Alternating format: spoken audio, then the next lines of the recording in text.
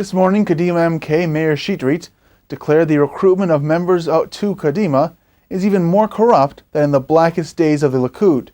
Here to speak on that issue is Danon, head of World Likud. Shalom, Danny. Shalom. Now, Mafaz is gaining greater strength in the primaries, but you're saying that this new support is coming from a questionable source? When Kadima was formed, the main issue was a clean party. Ariel Sharon, Tzipi Livni, and Mofaz said they're forming a new party, we're going to have new ethics. And what we think today, that Kadima is becoming to be the most corrupted party in Israel.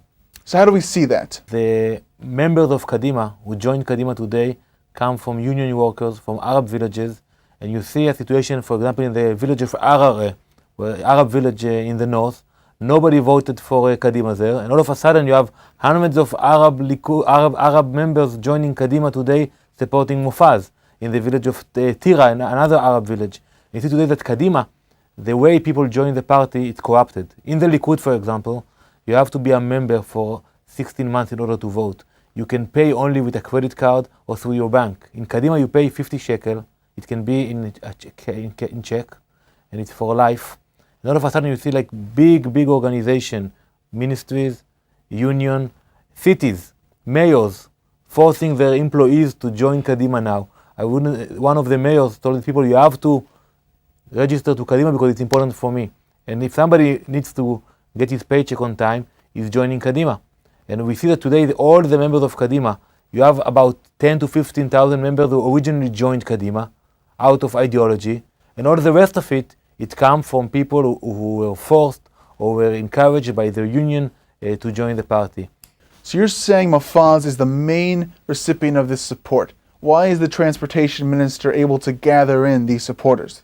Mofaz is dealing with the membership drive for a long time, and as a minister of infrastructure, he used the force of the union in the harbors, in the electricity companies, all the infrastructure companies. He used his force as a minister to encourage people to join. For example, if you look at the member of Eged, Dan, other organization who needs a minister of transportation, all of a sudden you see thousands of members becoming Kadima followers. I saw what happened, and I appealed to the controller to check what happened in these places. And also there are members of Likud who were forced to join Kadima.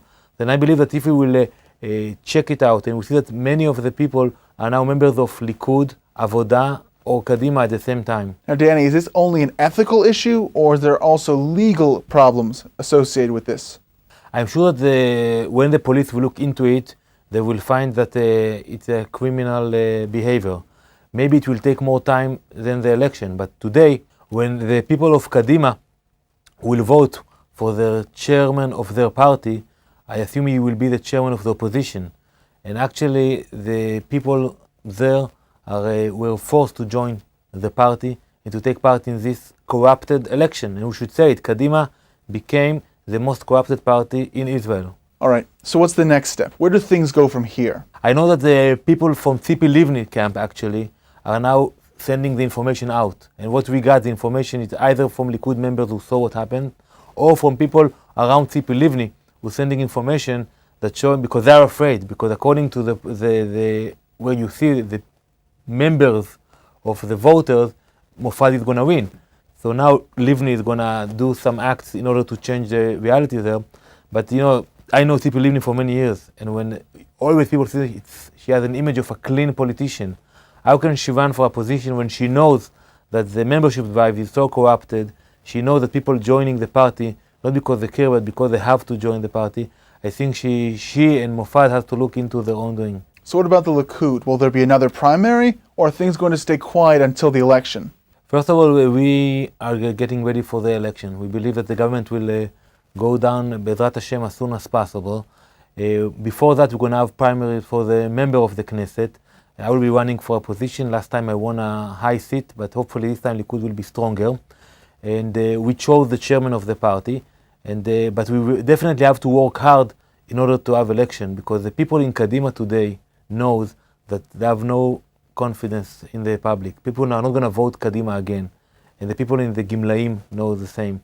And that's why we have to work hard with Shas and with the other parties in order to form a coalition to bring down the existing coalition. And you saw last week the meeting of Netanyahu and Rabbi Ovadia Yosef, and we're working in different venues in order to make sure that the people who believe in Eretz Israel, who don't believe in what's happening today, it's the Likud, it's Shas, Israel Betenu, another member will bring the government down. Danon, head of World Likud, thank you very much for joining us. Thank you very much.